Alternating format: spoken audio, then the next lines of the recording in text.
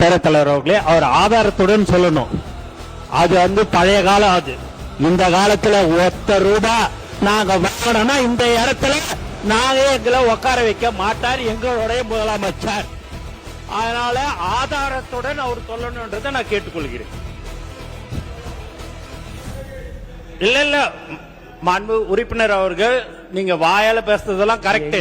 அதெல்லாம் நீங்க உங்களுடைய காலத்துல நாங்க தான் சொல்றோம்ல, நீங்க நிரூபிங்கன்னு சொல்றோம். நீங்க நிரூபிக்க வேண்டியதானே. எதுவுமே இல்லாம நீங்க மட்டும் பேசணும்னா அது எப்படி?